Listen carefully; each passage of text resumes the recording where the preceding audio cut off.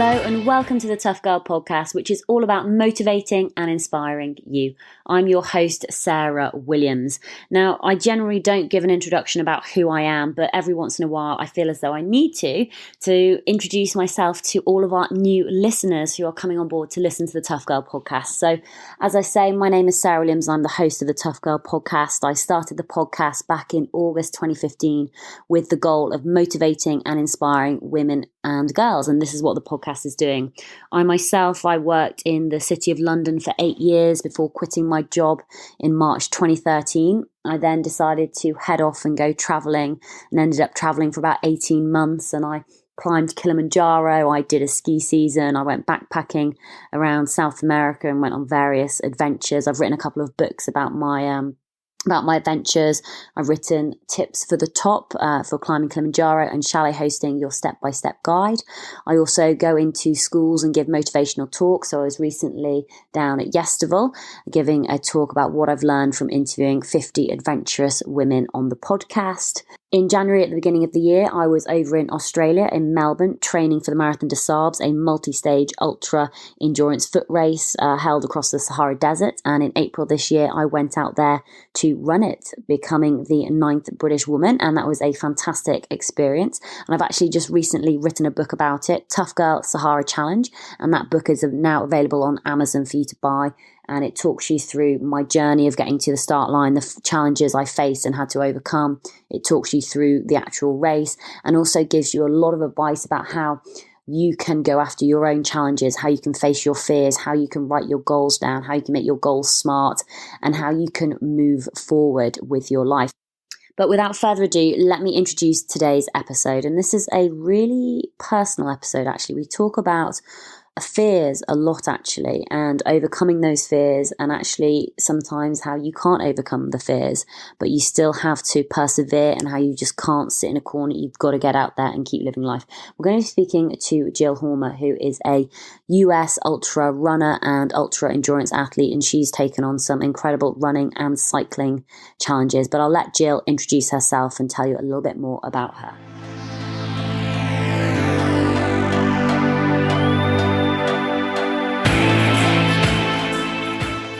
Jill, how would you describe yourself? Well, I'm an endurance cyclist and also a trail runner, and I've done all sorts of adventures. I got my start in Alaska about 10 years ago. I had just moved to Alaska, and at the time I wasn't an endurance athlete. But I heard of a race called the Susitna 100, which involves riding a bike on snow trails, and was enthralled by the idea of doing that, and that's how I got my start. Oh, amazing. Now, I have to say, Alaska just absolutely fascinates me. You know, when you look at pictures of it, it's this stunning and beautiful, incredible environment. But, I mean, how old were you when you moved over to Alaska? I was 26 years old. 26. And I moved there because it was just an amazing place. Alaska, I mean, you're 26 years old. Why did you decide to move to Alaska? Well, it was an ex-boyfriend. At the time, we were going through some relationship troubles, and he wanted to move to Alaska and talked me into following him up there. And the relationship didn't work out ultimately, but Alaska proved to be the most incredible experience of my life. When I first moved there, we didn't have a lot of money, and it proved to be a challenge keeping ourselves warm in the winter. We couldn't quite afford to buy enough fuel for heat, so we got creative. Blankets and sweaters, things like that. And then the culture there is just different. People, it's kind of, in a way, it's a slower way of life. We go out cross country skiing at 11 o'clock in the morning, and the sun had just come up at 11 a.m. and nobody was really out yet because it was so early, and that was different too. Do you have much of an athletic background before you moved to Alaska? Did you like the outdoors? Were you sporty? Well, I'd say I did like the outdoors. Most of the way through my teens and 20s, I was into snowboarding. I really liked camping and backpacking. I lived in Utah, so we'd take weekend trips to the desert and camp out. But I'd never really done anything that physical before I moved to Alaska. I mean, backpacking 10 miles a day, that was about as extreme as I got before I moved to Alaska. So what changed So, then? well, it's just interesting. I still don't know exactly what captured my imagination so much. But I remember I needed to buy some studded tires for my bicycle because I wanted to use it to commute to work, and went to the REI, the local the outdoor retailer in Anchorage, to buy these tires.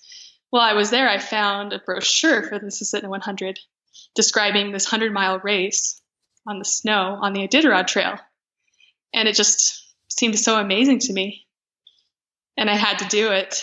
But to this day, I still don't know exactly what possessed me to take that on. And what was it like training? I mean, could you just explain a little bit more about the race? So, and what is the Iditarod Trail? Am I saying that right? The Iditarod? Yes, it's a fairly famous trail across Alaska. It was in the gold rush days. It was used as a mail route across the state. Mailmen would use dog teams to deliver mail to the villages, and it fell into disuse. But in the 70s, a man named Joe Reddington wanted to revive both the Iditarod Trail and the dog sled use, which had fallen by the wayside when the snowmobile was invented. And so he created this 1,000-mile race across Alaska using dog teams.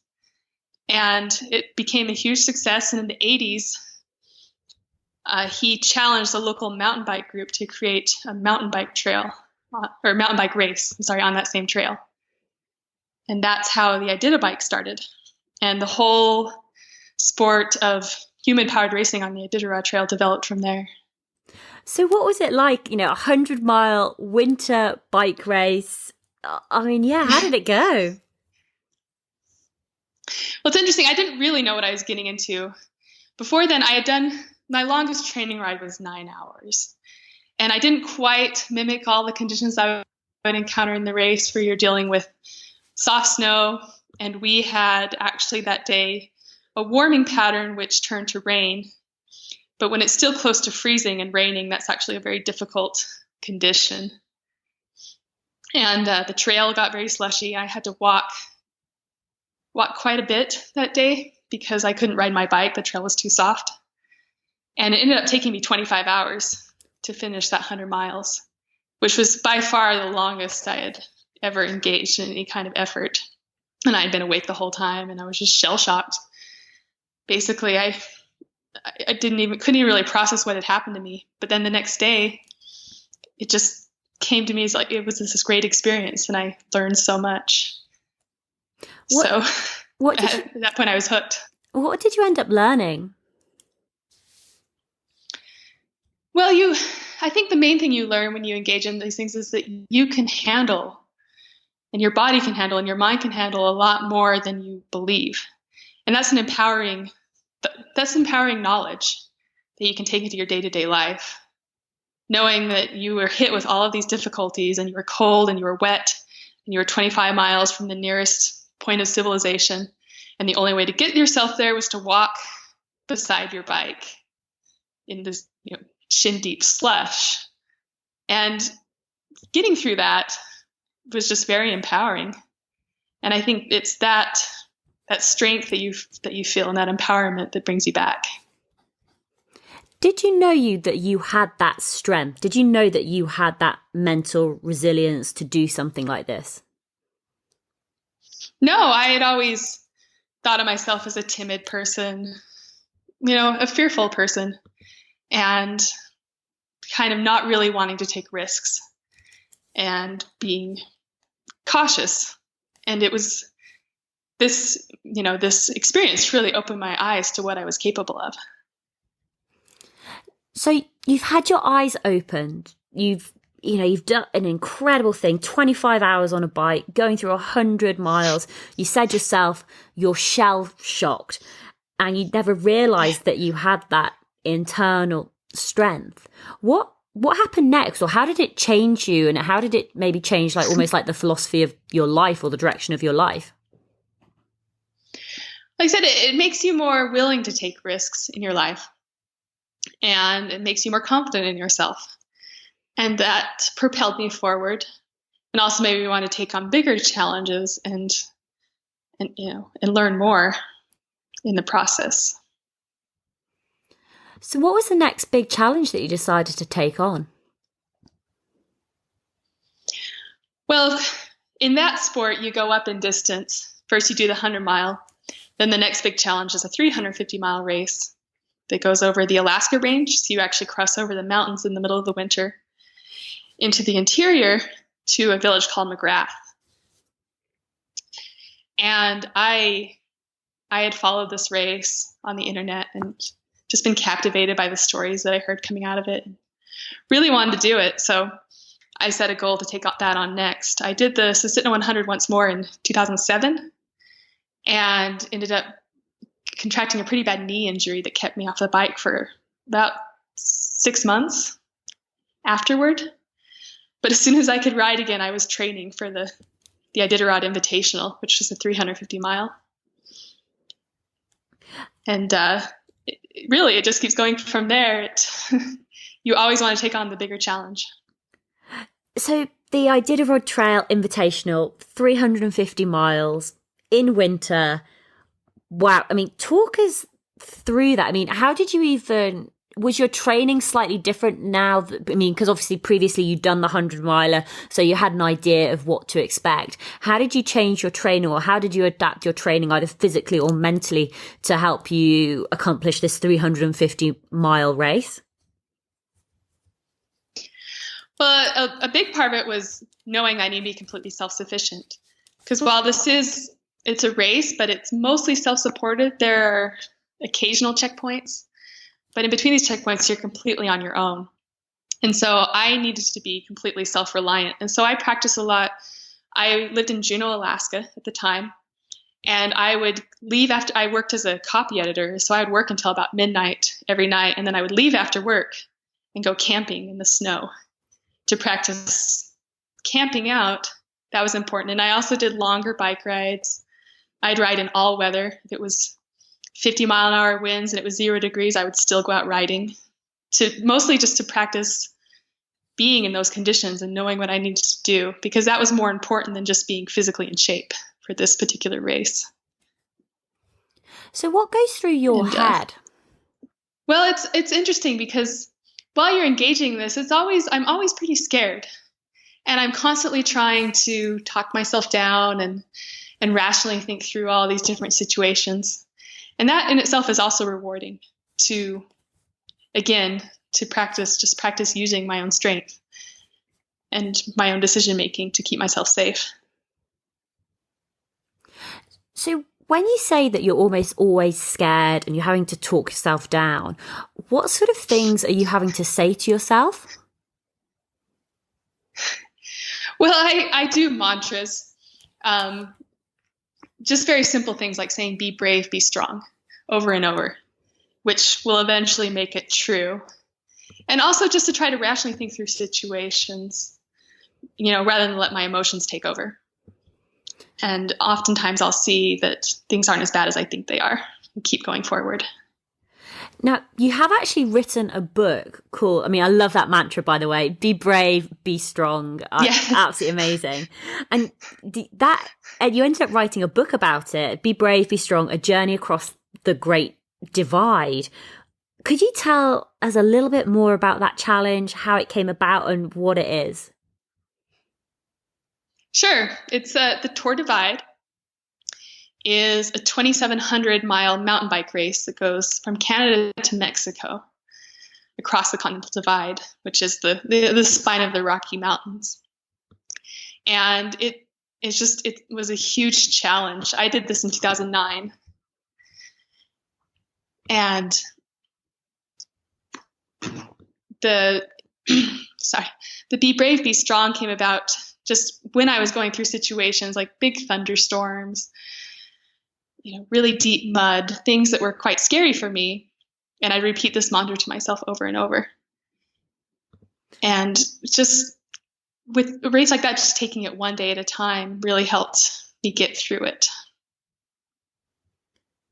So talk us through this race, because I know that actually it wasn't really plain sailing for you. I think even at the very beginning, there was a few issues that you had, or a few challenges that you had to face. Could you share a few of those? Oh, before the race started, the ex-boyfriend that I mentioned that convinced me to move to Alaska, that's when we broke up. he broke up with me just a couple of months before the race, and it came as a big surprise. We had planned to spend the whole summer.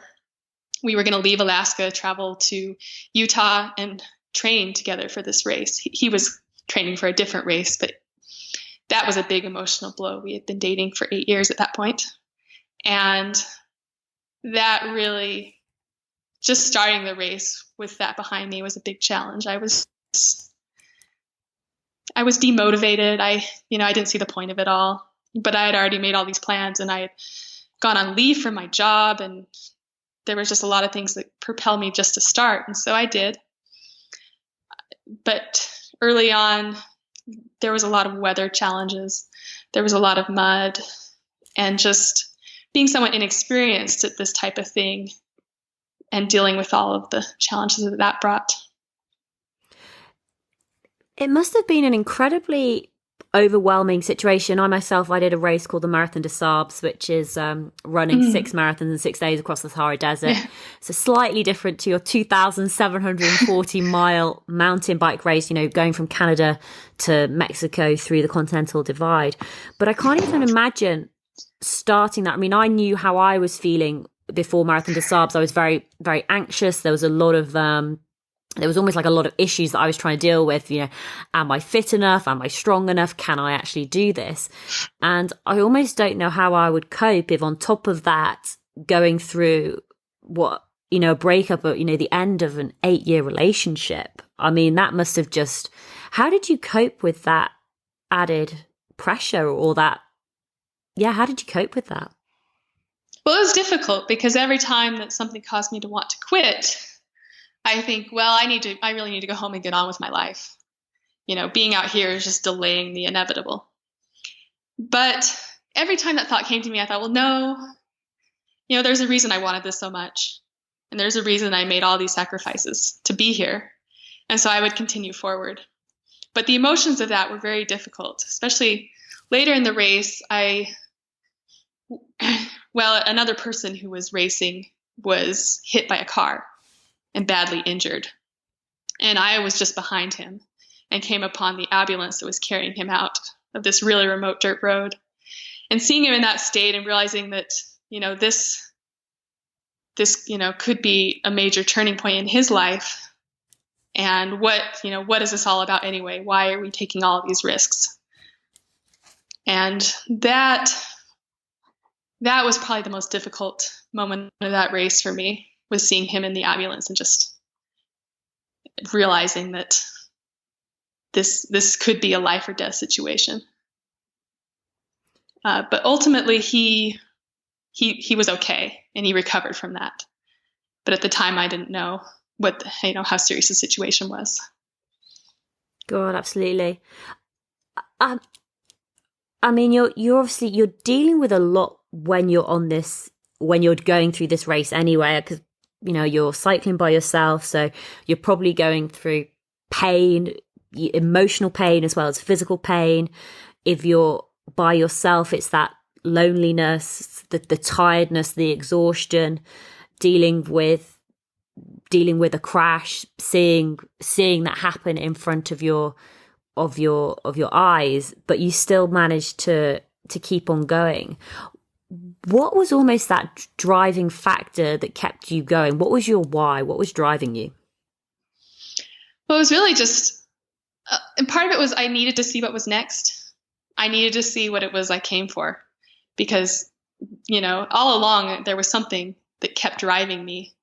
Even before, when I first heard of this race and when I started training for it, there was always a driving factor. And it was almost just wanting to see what was at the end. And, so a lot of that was what kept driving me forward. So in terms of your physical preparation for the race, how did you get yourself physically ready for a race like this? How do you go about doing that? Well, that race, I was very committed to that race. So I took a leave from my job. I was an editor at the newspaper and took a 4-month leave. So I, was delaying having any income. And I moved down to Utah so I could live at elevation and train in the same conditions I would encounter in the race. Because in Juneau, it was wet and cool and low altitude, which is, In the Rocky Mountains, it can be cold, it can be hot, and you're dealing with higher altitudes. So I actually moved away so I could focus 2 full months to just only training for this race. And it was doing a lot of miles on the bike, doing overnights, and just trying to get ready for the exact conditions I would encounter. So I'd been pretty dedicated to it before I started.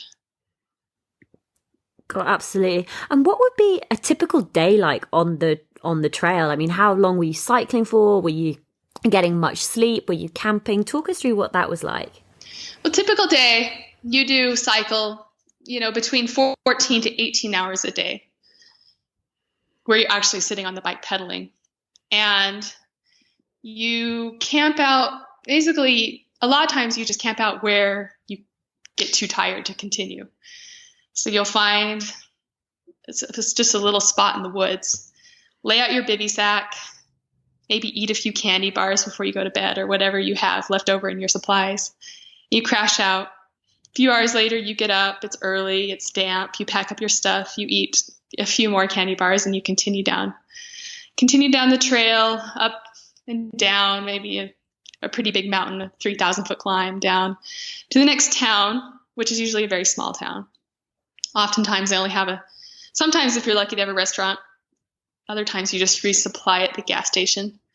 And, gas station convenience stores don't have a very big selection, so you're just dealing with a lot of convenience foods and foods that you can fit into your packs. You pack up, continue on, more big climbs and descents. In the afternoon, you get caught in a thunderstorm, turns the trails to mud, slows you way down. You're soaking wet and cold and riding through the mud. And then when you get too tired to continue, you lay out your sleeping bag again, go to sleep.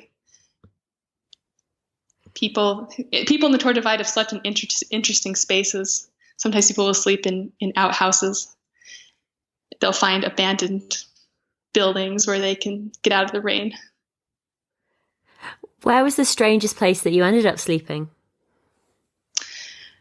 Well, I didn't sleep anywhere too strange. I did sleep in hotels. It worked out that way well to get better recovery. Camping, I'm nervous about camping in a lot of places. I don't want to be seen, and so I would usually just find a nice wooded area where people wouldn't see me. And I don't think I camped anywhere too strange, personally. So how long did your journey take you to do? How long was it? It took 24 days. At the time, that was the fastest women's time, and that's since fallen.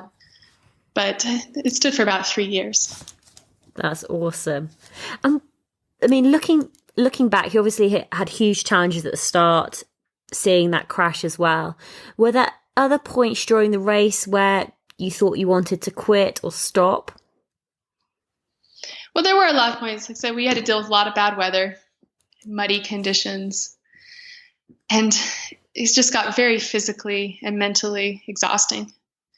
And so oftentimes I would go to bed at night just without an ounce of energy left, and convinced I couldn't even get up the next day. I wouldn't even be able to get out of bed or get out of the sleeping bag. But it's interesting. You sleep for a few hours and wake up again, and there's always more. That's another thing I learned in that race is you can always find more. I've never actually been completely drawn to my limit where there was absolutely no way I could continue forward. I was going to say, that was always going to be my next question. Did you ever feel as though you were getting quite close to your limits, whether physically or mentally? I said there's always that fear. Like I said, I would go to bed completely shattered. And even the last day before I finished, and I was only 125 miles from the border, I was so shattered that I had high doubts that I would be able to finish this race. But really just a small amount of recovery and sort of just readjusting your mentality, I always found a way to continue forward. You just said there about readjusting your mentality, and you've talked about some of the mantras you've used. What other tips or tricks do you have that have worked for you in the past when you've been on these long ultra endurance races? Yeah, I mean, really, I just think a small amount of recovery makes a big difference. Doing just a small break, getting a little bit more food. I found that, like I said, the body is really capable of much more than we give it credit for. But it's also designed to force us to give it, food and rest. And it's really finding out for yourself where, how much you actually need or how little you actually need. But I have found that just a tiny bit of recovery can make a big difference. And what are your top tips on recovery? For me, I love having a hot bath with Epsom salts, maybe doing a little bit of foam rolling. I'm obviously sure that that's not possible when you're out in the middle of America. Well, it's true. I mean, it's not always possible to have the most ideal recovery conditions. Like I said, you can lay out your sleeping bag in the wet grass, and it seems so horrible and lay down. But sometimes that's all you really need. Close your eyes for a few minutes and just sort of reset everything. Like for running, I found that when my feet really hurt, and I think that I can't possibly go another mile on these terrible feet, if I just sit down and take off my shoes, do a little bit, light massaging, put the socks back on and get going again, that's all it takes. So it's just little things. What was it like when you were coming in to the final 100 miles, the final 50 miles, the final 10 miles, when you knew that you were going to make it? What was going through your head at that point? I was reliving a lot of my past. When I was riding to the border, the final stretch of the Tour Divide is all on this highway because that's the only route out there. I mean, it's very remote country and it's pretty heavily patrolled because it's common area for Mexican immigrants to go across the border. And so it's just a lonely, very remote place, and you're on this highway. And so I'm just riding along this highway and reliving how I got my start in cycling, how I got my start in endurance sports, even way back to some of my early experiences in hiking and backpacking when I was a teenager. And it's sort of just like going through this whole lifetime in a short amount of time and reflecting on everything that had happened. It was a special experience. I mean, one of the things that sort of interests me, and I imagine our listeners as well, is you've been in a relationship for 8 years with potentially somebody you thought you were going to be spending the rest of your life with. You said it was a shock, before you went on this race. You then had 24 days out in the wilderness cycling this 2,740 miles, a lot of time, like you said, to relive the past.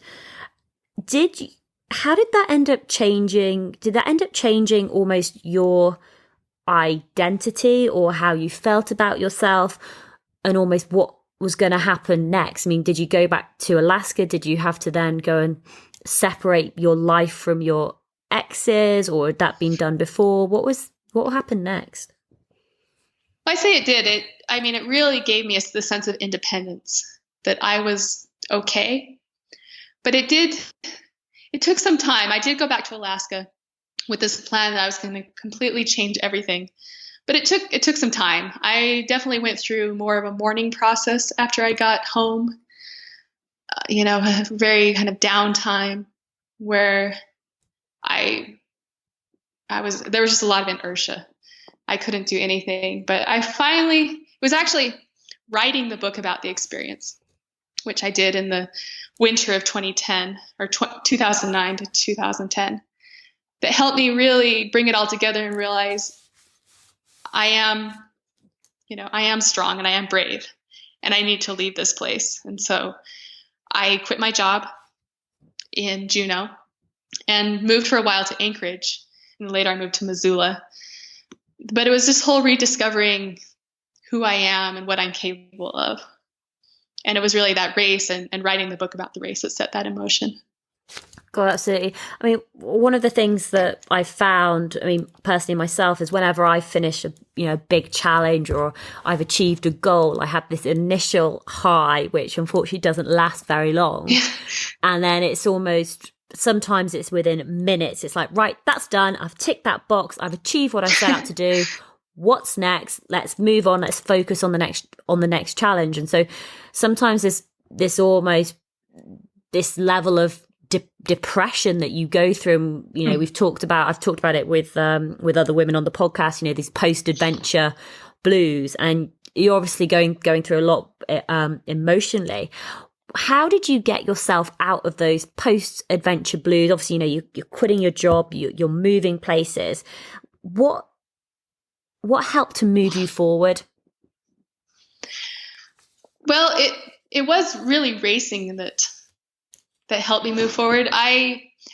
After the Tour Divide and when I was going through my depression, I decided I was going to quit endurance sports. I was just going to leave and walk away because I in part blamed it for the end of my previous relationship and other issues. And I was pretty set on that. But as I was preparing to leave Alaska, a friend of mine invited me to his new race, which was a 100-mile race in Fairbanks, just another 100-mile bike race called the White Mountains 100.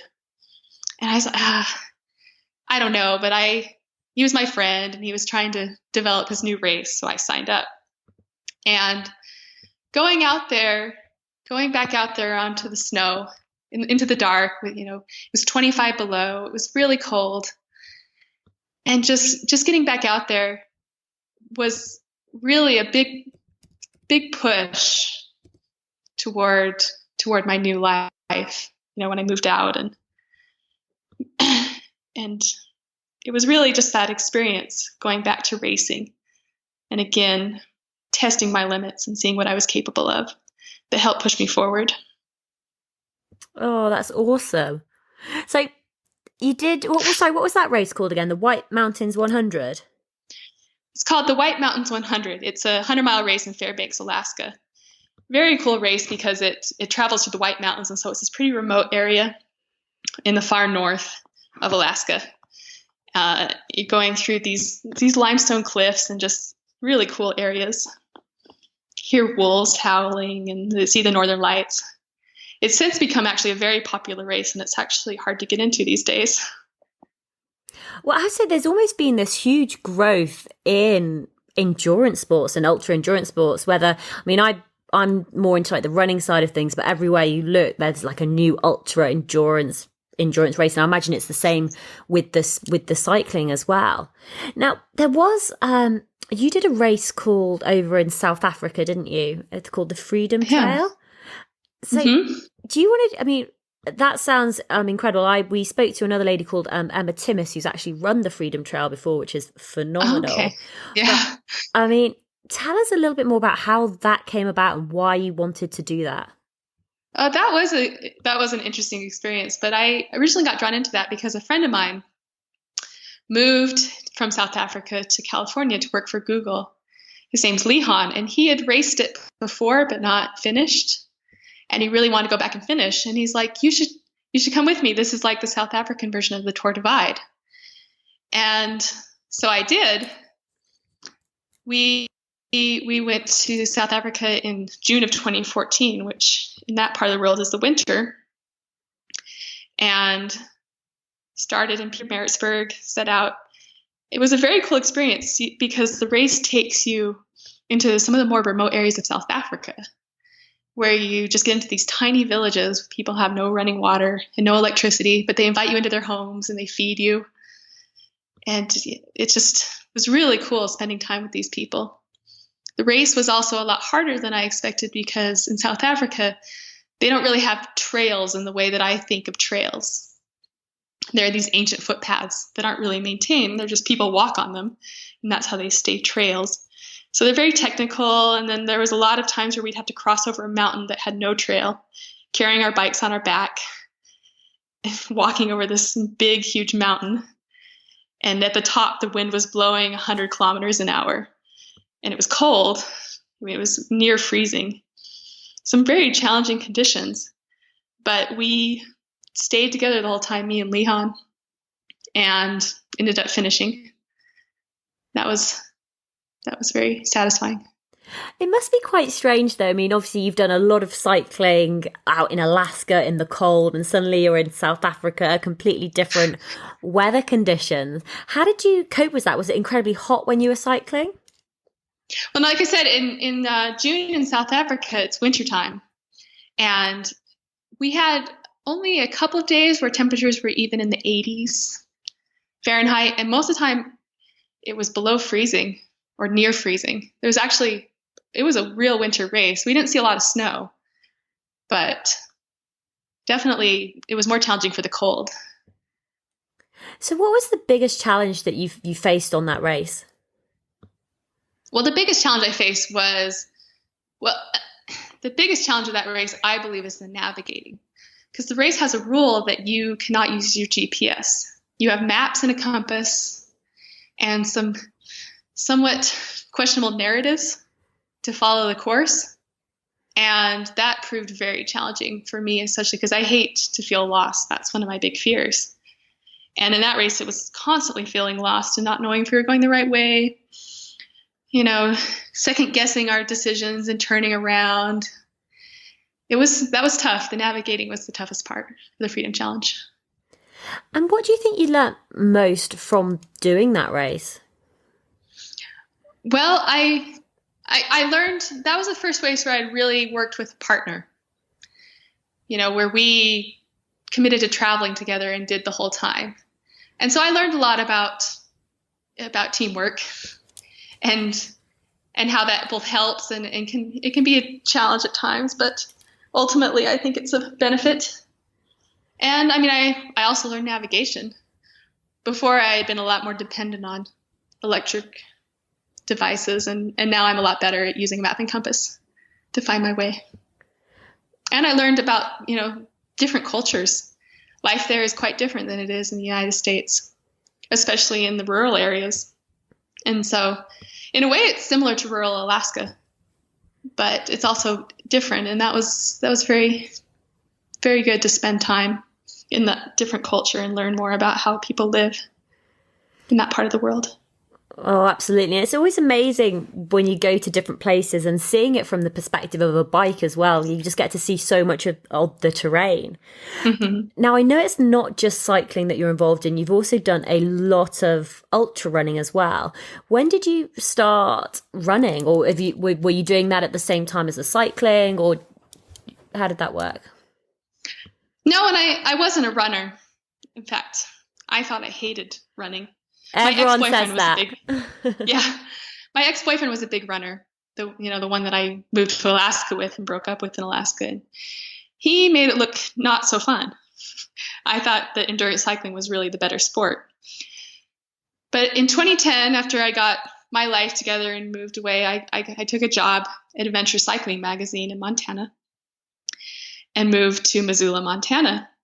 And there I met a woman who I really clicked with as a friend. Her name is Danny Kaufman. And she was a runner, and she had a new race that she was putting on called the Swan Crest 100. And she urged me to come and volunteer and, in a way, see what this running thing is all about. And I thought I had an idea, but okay, I'll go and help. So I volunteered for her race and worked the race for 36 hours. And then I was checking runners in at the finish line.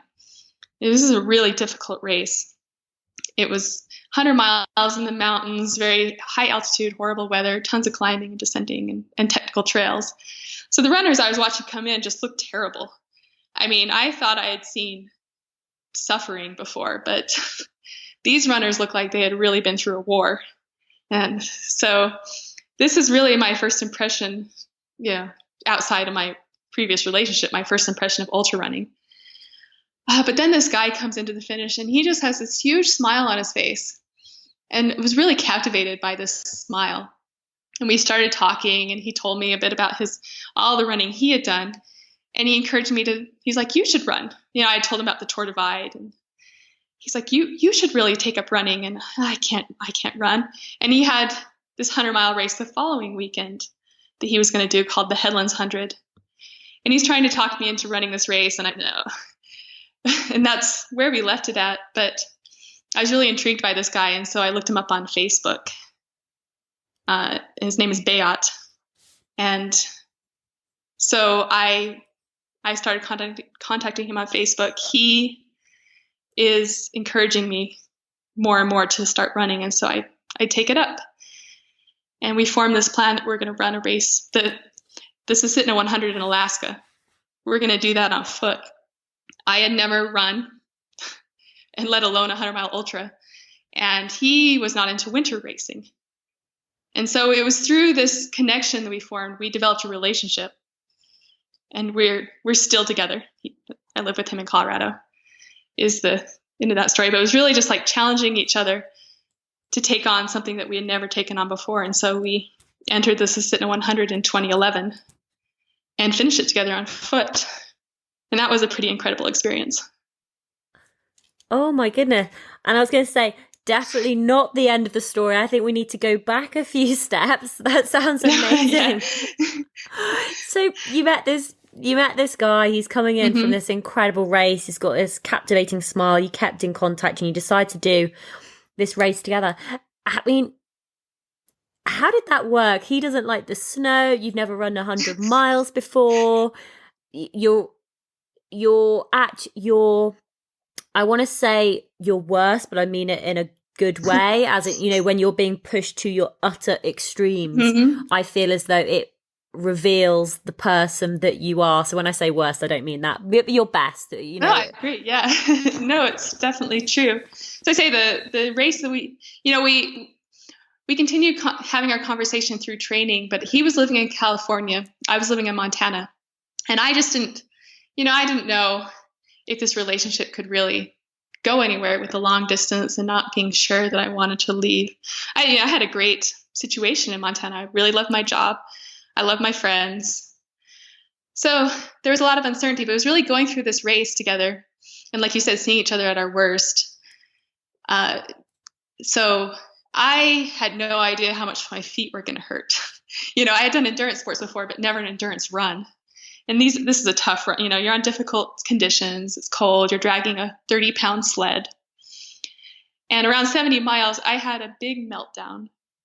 I was going to quit, and I was never, ever going to run again. And I'm, just completely having a full tantrum out in the middle of the snow. And instead of getting really frustrated with me, Bayat gave me some space. He went on ahead for a little while, and he went up to about 2 miles ahead and made this picnic.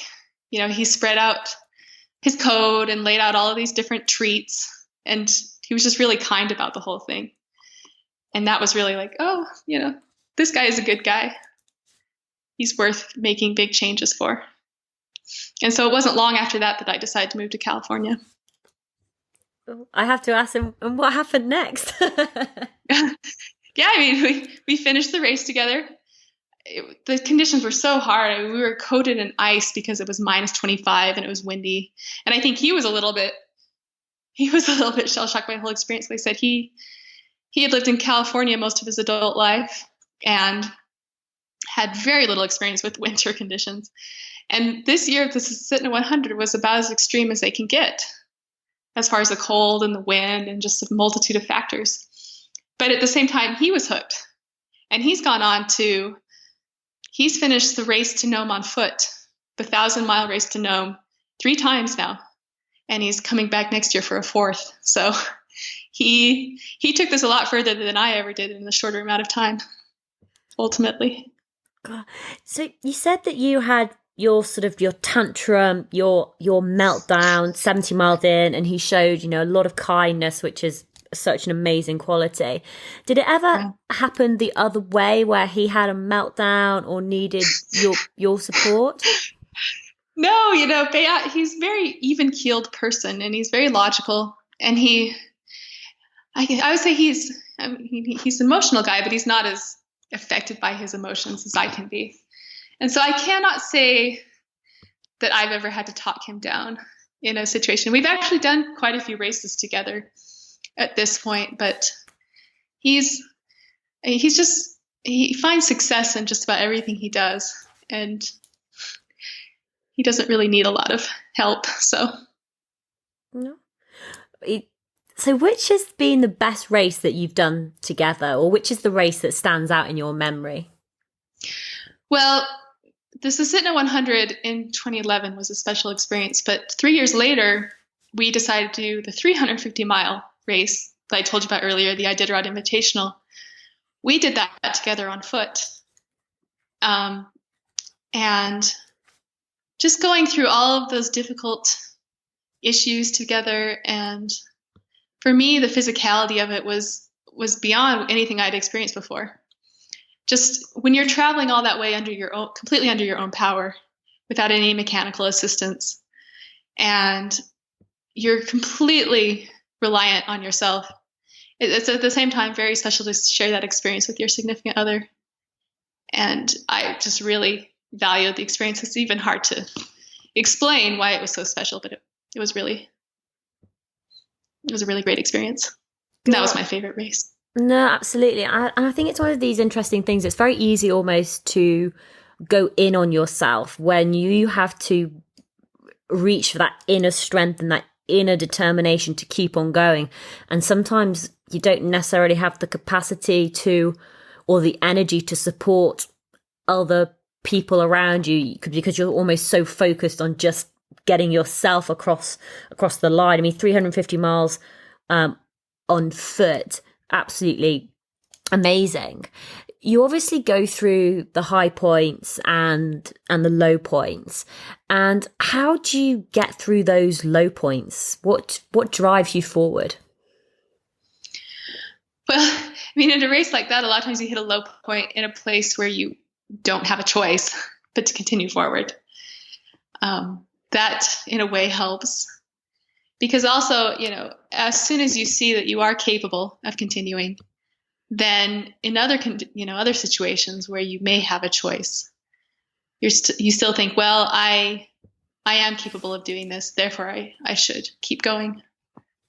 I mean, one of the things that you've talked about a lot is almost initially when you first got involved in the world of ultra running, it was about facing your fears. It was finding out that you were strong, that you were capable, that you were independent. How has finding out that you had all of this inner strength, this inner determination affected other areas of your life? Well, I mean, a big effect it's had on my career.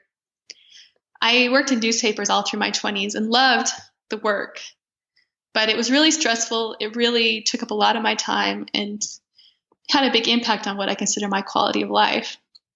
But at the same time, I felt I didn't have much of a choice but to have this steady job, work, 60 hours a week at times. But as I got more into endurance sports and realized that, things can be okay even when they look really bad, it made me decide to branch out more on my own, to take some risks, basically, by going into freelance writing and also editing, and really just taking a better hold of my career, but also taking bigger risks. And that, I think a lot of that was driven by my experiences in endurance sports. Absolutely. I think, in endurance sports, I was actually reading an article the other day about how a lot of scientists, for example, people who are studying for their PhD, are also drawn into the world of ultra endurance sports and endeavors. You've been in almost two different communities. You've been involved in the cycling, doing the ultra endurance there, but also with the running. What do you think compels people to do races like that you've done? Well, it's interesting because as you mentioned, a lot of people in these communities are very smart people. That's also one of the draws, is getting to know these people. But there's just a lot of highly intelligent, highly successful people drawn to endurance sports. And it's interesting to consider why that is. Because endurance sports in themselves, I think, draw you into a very primitive place. Drawing on abilities that maybe we haven't used in thousands of years, in a way. And it's interesting to reconcile this. What makes people drawn to this? And I think a lot of it is just experiencing the human condition and the human experience. And intelligent and successful people are more likely to have these opportunities. Absolutely. So for you, what are the things or what are the goals that you want to set, or the challenges that you want to do in the future that you haven't done yet? What's on that bucket list or that life list? Well, right now it's difficult. My big thing since I got started in this has always been to do the 1,000-mile race to Nome, which I did this previous March, 2016. And my next challenge is to do this again on the southern route, a different route of the Iditarod Trail that's considered more challenging. It's usually worse weather, more remote. Often the trail conditions are a lot worse. And so right now that's what I'm preparing for, is the 2017 Iditarod. And I hope to finish it. But if I do or if I don't, it's really hard to say what comes next. I'm not quite sure right now, actually. So in terms of mental preparation for a race like that, I mean, 1,000-mile race, I mean, it's one of the things I love about talking to people such as yourself, because I remember going back and, running my first mile, running my first half marathon, running my first marathon, doing my first ultra, then doing, which was part of a multi-stage ultra. But a 1,000-mile race, I mean, even just saying that number out loud, it's a huge distance. It's very overwhelming. Mentally, what are your tips or tricks to get yourself prepared to take on this challenge? Well, really, as I said before, a big part of it is just learning to be very self-reliant, knowing what to do when you come upon a lot of different situations. And so a lot of that is practicing in difficult conditions, camping and cycling. It's also very important to be strong. One thing I picked up last year that I'd never done before is weightlifting, and I think that's helped a lot in my training. And so I have a more varied training regimen now. I do weightlifting, cycling, running, and just having those multiple things going, I think both keeps me away from injury and also makes me more prepared to deal with the various conditions. Because out there, even though you're not necessarily covering a lot of mileage per day, you are working really hard constantly. I mean, it's a very strenuous effort. And you don't always have a choice in how strenuous it is, because you're dealing with a big headwind, really tough conditions, things where even the slowest you can move is about the hardest you're capable of working. And you just have to keep going forward for 10, 12, 16 hours. And so it's also mentally being prepared to deal with that level of physicality. God, absolutely. I have to say, massive fan of weightlifting. I think all women should be lifting weights and getting strong. I agree. But it totally helps you with your whatever you're training for, whether it's a bike race, a running race, a tough guy or a Spartan race, whatever it is, it massively helps you with it. So you talked about being strong and some of the emotional challenges that you've dealt with, and some of the physical challenges that you've dealt with. You've definitely shown that inner strength. What is your advice around being strong? What tips do you have? Well, I mean, a lot of it is, it is mental. A lot of it is just making a decision that I can handle this. I'm strong enough to handle this. And believing it. It's also important to, as you said, to be physically strong. But I think a big part of it is the mental challenge. I think one of the issues that I sometimes have is actually that believing it. Me too.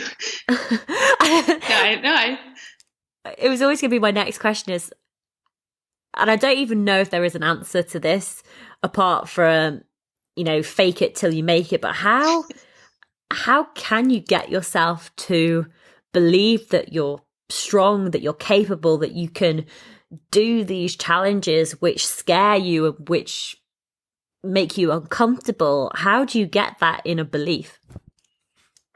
Well, I mean, I'd love to say that all you have to do is do it, but I struggle with this a lot. My confidence and for everything I've done, I still have a hard time believing that I can do it again. For example, going into next year's Iditarod, I mean, I'm terrified. And I feel various issues are going to make it a real difficulty for me. But then there's another thing to say, well, you've already done it and you're capable. And so I have to keep reminding myself. But I find that very challenging. Gaining confidence and maintaining confidence is one of my biggest challenges. I mean, I've been on your website, jilloutside.com, absolutely amazing, some incredible blog pieces that you've written. And there's this tab where it talks about all of the races that you've been involved in. And it is insane reading. You're going through from these 100-mile winter bike races in Alaska, these 106-mile mountain bike races, 24-hour endurance races, a ridiculous amount of things, these 1,000-mile plus races. And what I find really fascinating is the fact that actually sometimes you're still terrified and that you're still dealing with the fear and that lack of confidence. And always like, where do you think that comes from, or why do you think that is? That's a good question. I've asked myself that question, why I feel this way. I think a lot of it is just inherent. I mean, a lot of it may be growing up, experiences I had as a young girl. And there's just all of these things that are difficult to overcome, but also worth trying to overcome. I mean, I could go cower in a corner somewhere and never do anything and not be scared. But I would rather be scared and try to overcome that. God, absolutely. And I think sometimes what happens is with a lot of females that actually it's almost like they can't overcome those fears, and they do go and cower in the corner, whether that's physically or metaphorically. That actually they stop living life, they stop getting out there, they stop living. And it's it's one of the reasons I do this podcast, because I want women to hear stories like yours, to know that actually you can be scared, you can be terrified, and it's it's okay. It's okay to have that fear. I agree. I mean, like I said, once you get through something that you would cause you a lot of fear and come out of it okay, that continues, and you learn. So you find more and more of your strength, and that's hard. Those fears don't go away. I wish they would. But just constantly overcoming them and proving to yourself that you're stronger than the things you fear, I think is a big, important part of the life experience. Absolutely. I would totally agree. Jill, what you have done, what you have overcome, what you have shared with us about your cycling challenges, about your running challenges, about your emotional challenges that you faced, has been inspirational, and it's been absolutely fascinating talking with you. Now, where would be the best place for listeners to find out more about you, to find out more about the books that you've written? I know you've written a number of awesome books. So where would you send our listeners? Well, you mentioned my blog. That really has the most information. I have a tab on there listing my books and some other information, and then stories about. I mean, I've been keeping this blog since 2005, and it has literally thousands of posts. So there's a lot on there. And I have a new book coming out on November 1st, which you can find on Amazon. And that is about my ride on the Iditarod Trail in 2016, the 1,000 miles to Nome. Oh, fantastic. So we've timed this perfectly for the launch of your new book, which would be amazing. Yes, thank you. So what I'll do is I'll make sure I put all of the links to your blog, jilloutside.com, for you to go and check it out. Jill has written some awesome books. So Becoming Frozen, Memoirs of a First Year in Alaska, the 8,000 miles across Alaska, a runner's journey on the Iditarod Trail, the Arctic Glass, 6 years of adventures in Alaska and beyond, Be Brave, Be Strong, a journey across the Great Divide, the Ghost Trails, Journeys Through a Lifetime. So loads of amazing book. And I think the next book, what's the next book titled? It's called Into the North Wind. Into the North Wind. I've heard from plenty of other cyclists how bad it is cycling into Yes, it's quite the experience. Yes. Quite a challenge. It's like it's its own, it almost is like a sentient being that has its own mind and is doing everything in its power to stop you. Oh, amazing. Jill, really looking forward to your book coming out. It's going to be a fantastic read. Thank you so much for coming on the Tough Girl podcast and for sharing your story. You've been an absolute inspiration. Thank you for having me.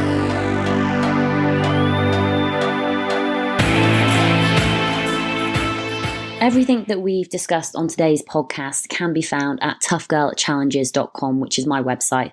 And on the website, there's loads of information under the blog. There'll be links to the books that Jill talked about. There's also my links as well to the different books I've written, Tips to the Top of Climbing Kilimanjaro, Chalet Hosting, Your Step-by-Step Guide, and my most recent book, Tough Girl Sahara Challenge. So please go to the website and check out the links, or you can just search for them in Google. They're all ebooks and you can download them very, very easily. So a couple of things I really wanted to talk about today was about Yestival, which is a festival that I attended this weekend. And Yestival is a combination of the word yes and festival. And it has to be full of the most positive, happiest, kindest people you can imagine. 400 people who have this incredible mindset, this incredible attitude, and this way of living life. And it was amazing to be down there. And I was really honoured and lucky to be a speaker. It was absolutely fascinating. And what we had to do is I was speaking on the Saturday, and I didn't realise this beforehand, but you had to give a pitch. So I was speaking at 2:30, and at 2:25, all of the speakers go up. I was competing against 3 other people, and we had to stand up and sort of give about a 1-minute pitch about why you should come to our lecture talk. And I was a bit worried, thinking, oh my goodness, no one's going to come and hear me talk because everyone else is so amazing. And I was just blown away by the number of people who came down to the tent. The tent we were in was called Nile Tent, and we're in this white canvas tent with hay bales for people to sit on, and all the hay bales were full up. There was people standing at the back, there were people sitting on the floor. And I just talked to them all about my journey, about what I'd learned from interviewing over 50 inspirational and adventurous women on the podcast. And it seemed to go down really, really well. And I had some amazing conversations with people afterwards. And throughout the whole weekend, really, I just connected with so many awesome listeners. And what I love was people coming up to me and saying, I recognize your voice. I listened to your podcast. It's amazing. Because of you, I went and did this. And it was just fantastic. I also helped, obviously, to promote my podcast. So I stood in the dinner queue with my leaflets and my flyers and basically went down the whole queue just saying, hi, excuse me, have you heard of the Tough Girl podcast? Let me talk about it to you for a few seconds. So I'm hoping that loads more people will be listening to the podcast now. But it's doing, honestly, it's so well. You know, recently we've had over 130,000 downloads, which is absolutely incredible. I'd love to hit 150,000 downloads by the end of the year. It's just amazing to think that these messages are getting out there, and it is causing this ripple effect that people are going out and they are pushing themselves. They're doing different challenges. They're getting outside their own comfort zone, and they're doing things that they are scared of. They are facing their fears. And what I created along with that is the Tough Girl Tribe, which is a closed Facebook group. This is the only place I talk about it. And the closed Facebook group is for you guys. It's for you, the listeners of the Tough Girl podcast, for you to connect with other listeners. And especially sometimes, I know I found it myself that when I'm at home, I'm not necessarily surrounded by people who understand my mentality, my goals, and why I want to do the things that I do. And if that's you and you want to say, oh, I want to run a marathon, or I want to cycle this race, or run this, or travel here, or do this challenge, and your friends and family sort of look at you and think, why would she want to do that? Then actually check out the tribe, because there are so many women, well, pretty much every woman in there is just so supportive and will give you advice and tips and information. And it's where you can come just to get that added push that sometimes you need, and somewhere where there's people have belief in you, and there's so much belief in the tribe. And just a few shout outs, really. I mean, most recently, a big shout out to Karina Grimes, who just recently ran her first marathon. So massive well done to you. That's absolutely fantastic. And Stephanie Langridge, who is also a sponsor of the Tough Girl podcast. She's currently back in Sydney at the moment, and with the hashtag badass window washer, because she's decided she is going to put her rope knowledge to use, and is going to be one of these the big story window washers, which is absolutely amazing. So good for you, Stephanie. Super proud of you. And Juliet Townsend, thank you so much for becoming a patron of the Tough Girl podcast and putting your hand in your pocket to support me financially. It makes a massive, massive difference. And what Juliet wrote actually was really touching on the wall. She said, I said to her, thank you so much for sponsoring the Tough Girl podcast. Your financial contribution makes a massive difference and allows me to keep putting out more awesome content. With her response being, it's a pleasure. I realise that the community is a positive part of my life and you're to thank for that. So thank you for being part of the community. And if you're wondering what Patreon is, what I've created is Patreon is a place where listeners and supporters can financially contribute to the running of a creative's idea. So mine is obviously the podcast, the Tough Girl podcast, which I put out every Tuesday and then on ad hoc Thursdays. And it does cost me money to produce the podcast, but I'm releasing all of the content free for you guys. There's over 72 hours of content. But what Patreon does is it allows you the choice. So you can contribute $2 a month, $5 a month, $10 a month, $15 a month, $20 a month, $25 a month, whatever you can afford. And if you actually break that down, if you're sponsoring $5 a month, it's the equivalent of £3 a month. And if you feel as though you are getting value from all of the free content that I'm putting out, then please do contribute. It makes a massive difference because there are running costs to the website. There's running costs to hosting the podcast. There's running costs to editing it and running it through the various systems. So honestly, it makes a massive, massive difference. Now, there was also a post which I wanted to share from Natalie Thomas, who shared a very, very open blog post actually about the challenges that she's been facing, saying it's not all rainbows and butterflies. And I'd really encourage you, if you're struggling with your training at the moment and going through ill health, then to check out her blog post, which can be found at nattri.wordpress.com. So I think that's nattri.wordpress.com, and the link has also been provided in the Tough Girl tribe, so go and check it out there. Now, a new thing that I'm doing, which I've talked about previously, is I want to get more women out there, more women fit and active, and I do interviews incredible women from all walks of life, and sometimes the feedback that I've had is some of the women are they're too elite, they're too good basically, and no one knows how that they can go from where they are at this current moment in time to that level. So what I've decided to do, and with discussions with the tribe and getting their feedback and getting their thoughts, is do something called 7 Women, 7 Challenges in 2017. And loads of members of the tribe have written about what their challenges or what they're looking to do in 2017. And we're actually starting the voting process now. So if you're a member of the tribe, please don't forget to go back to that post, read through all the comments that have been made, and like the comment that you want to follow, the story that you want to follow, the journey that you want to follow, the journey that resonates with you, whether that's a mother, whether that's a career mum, whether it's someone who's never been involved in fitness before, then please go and like it. I mean, I know it's really, really difficult to choose between all the choices, but once we've picked the final 7, I'll then announce it and then we'll start recording. And the plan will be to speak to all of the women in December to find out what their challenge is going to be, how they're feeling at that moment in time, what are their fears they're thinking about.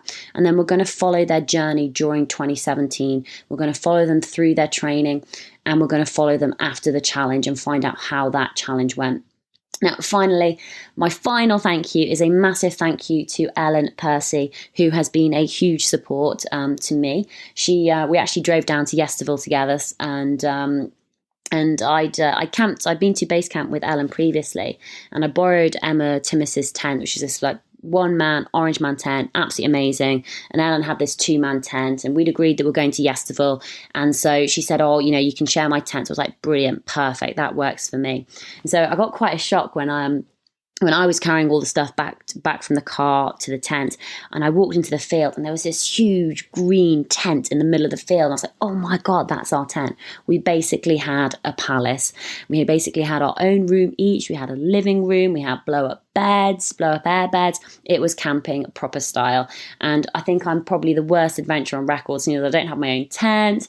My sleeping bag wasn't warm enough. I didn't have a warm jacket. And so Ellen very kindly lent me a lot of the stuff I was wearing. So if you've looked on my Instagram post at Tough Girl Challenges and you see me wearing this awesome hat and this amazing rab jacket and this incredible red dry robe, then they are all Ellen's, which I borrowed. So Ellen, thank you so much. You've been absolutely amazing. Ellen is also another sponsor of the Tough Girl podcast, which is awesome. And you can check Ellen out at Rando Girls on Twitter.